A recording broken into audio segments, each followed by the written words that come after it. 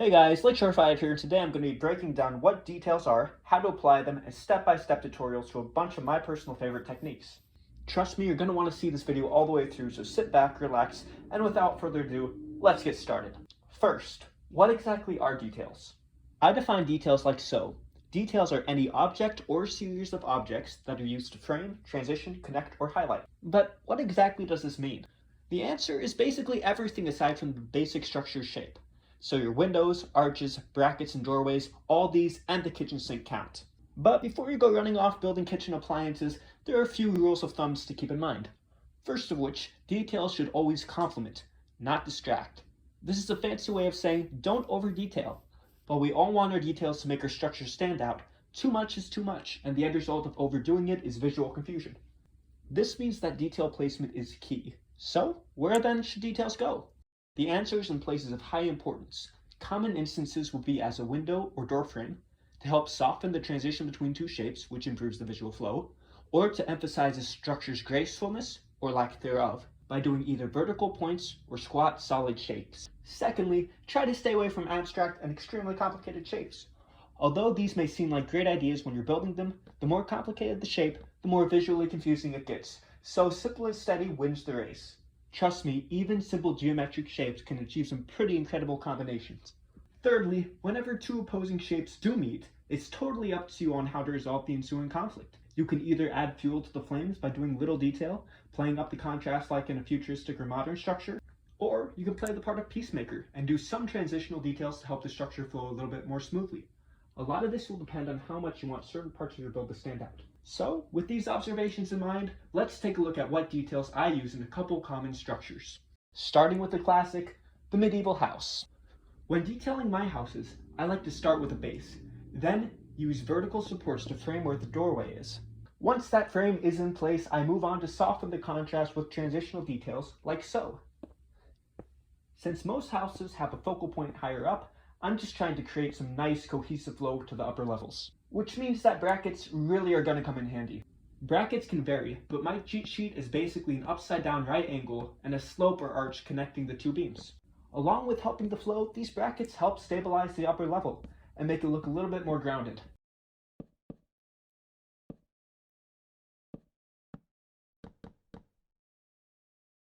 Now I can start thinking about windows, so I start by planning one here.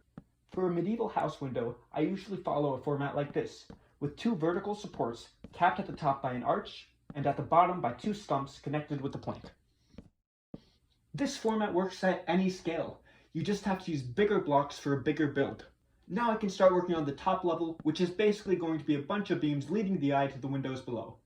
Pretty self-explanatory, but here's how I did it.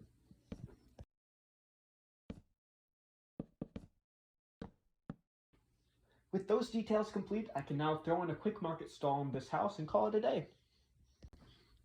With the house finished up, it's time to move on to something a little bit more difficult. A tower. With a tower like this, I want the focal point to be near the top, so I try to place my details to highlight that area the most. To start, I use a basic repeating row of arches. These are super easy to make, and all you need is wall and some blocks and you're golden. Next, I add in a horizontal beam above these arches and start to throw in some repeating patterns like so. This alternating pattern works because it's simple and flows well. Once that beam is all decked out, I add in some crenellations, which are basically big connected blocks of stone, like so. I really want this guy to soar, so I'm thinking of adding in some spikes at the top to help accentuate the height. And now for the top segment remaining above this, I repeat all the previous steps to get this. With that top of the tower complete, it's time to turn our attention to the window. For a heavily fortified structure, I never want to do massive windows because that's a lot of glass, and in the event of a siege, glass to the face sounds pretty painful. With this in mind, I'm going to do some small slits in the wall, like so, and give it a nice frame using the same format I used on the medieval house windows, but with a horizontal beam capping the top to add in a sense of solidity. And now to finish up, I'm going to add some vertical supports to frame this tower. For these supports, I'm using buttresses because they taper in a really cool way, which gives the build a nice transition from a solid bottom to a graceful top. I start by doing a large vertical support to about 2/3 of the height of the tower stock. Then, since this is a fantasy tower and has nice curving shapes, I repeat the process using the same 2/3 rule till it gets close to the ground. Now I connect these supports with an archway, And I know archways are tricky, and there's a ton of different kinds, so I'm planning to do a breakdown video dedicated to these in the future, but for today's video, I'm using a pretty simple, small arch like so.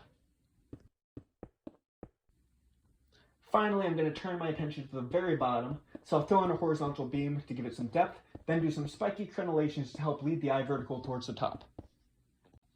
And with that, the tower is done. Moving on to the last tutorial, which is a palace window. Pillars are pretty simple, because you just need a stalk, a cap at the top, and a base at the bottom. Once the pillars are complete, I move on to the beam.